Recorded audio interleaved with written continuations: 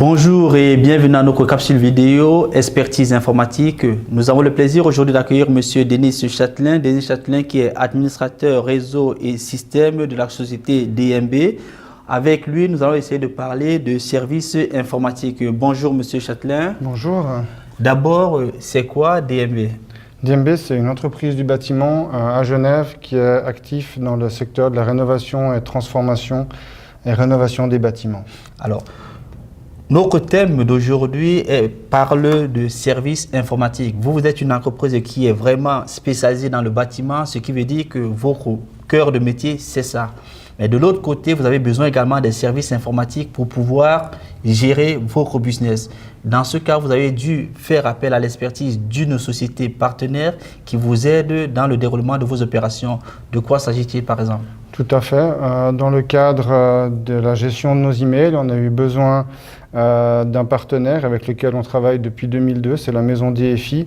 On a eu besoin d'externaliser notre service mail et pour cette raison, on a fait appel à leur service et maintenant, on a l'ensemble de nos mails qui transitent d'abord chez DFI et nous, on les récupère par après. Ça a comme avantage de ne pas avoir à s'occuper des sauvegardes, des problèmes de spam et d'antivirus. Tout ça, c'est géré par DFI. Alors, pour mieux comprendre peut-être le sens de cette collaboration entre une entreprise qui est dans un secteur d'activité différent d'une autre entreprise, nous sommes donc partis à la rencontre déjà des spécialistes de DFI avec qui vous êtes en partenariat pour savoir effectivement comment est-ce qu'on peut mettre en place ce type de système.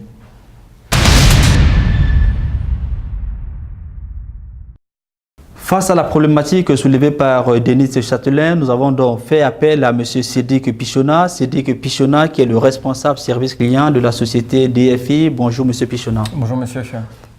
M. Chatelain nous a exposé une problématique réelle, c'est-à-dire la possibilité d'externaliser ces services chez un prestataire externe. Comment ça se présente concrètement lorsqu'on fait appel à une société externe?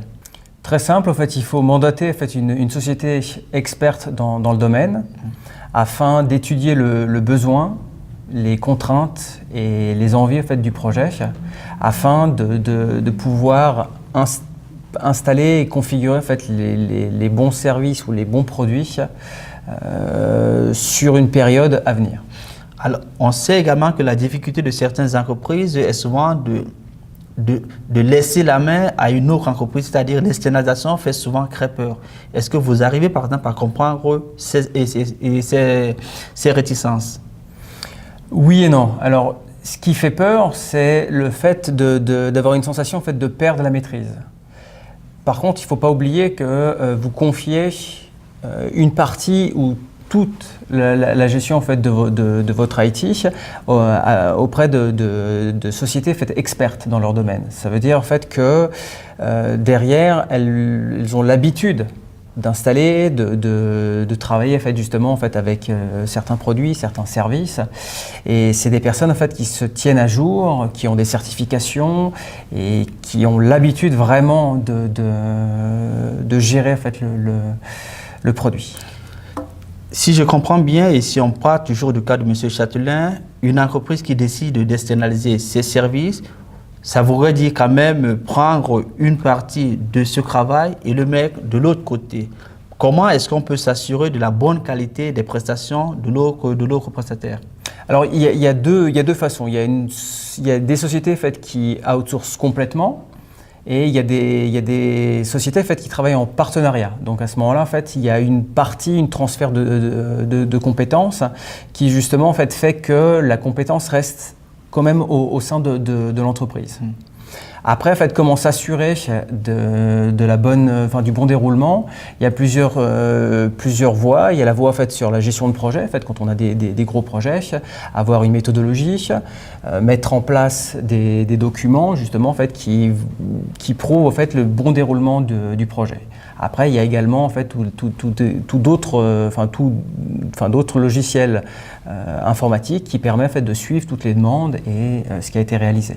Alors, nous allons peut-être faire appel encore à M. Denis Chatelain pour voir concrètement quels ont été les avantages d'un type de cette externalisation. Merci encore, M. Pichonna, et à très bientôt. Merci à vous.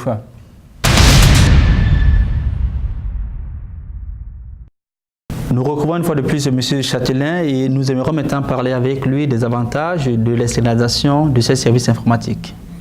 Pour moi, c'était important déjà de ne pas devoir acquérir toutes les compétences juste pour un projet. C'est-à-dire que j'ai bien la maîtrise de l'ensemble du projet. En revanche, j'ai besoin d'avoir des compétences sur des points particuliers, sur des points qui sont précis. Et là, ça m'intéresse d'avoir un ingénieur qui, lui, a ces compétences pour moi et j'imagine pour d'autres entreprises. Et d'avoir aussi le transfert de compétences, c'est-à-dire ce que lui a appris, il va me le transmettre de manière à ce que moi je puisse continuer à gérer l'informatique de l'entreprise. Merci M. Châtelain. Merci à vous. Quant à vous, nous allons nous donner rendez-vous très prochainement sur une nouvelle thématique concernant toujours notre expertise informatique. Au revoir.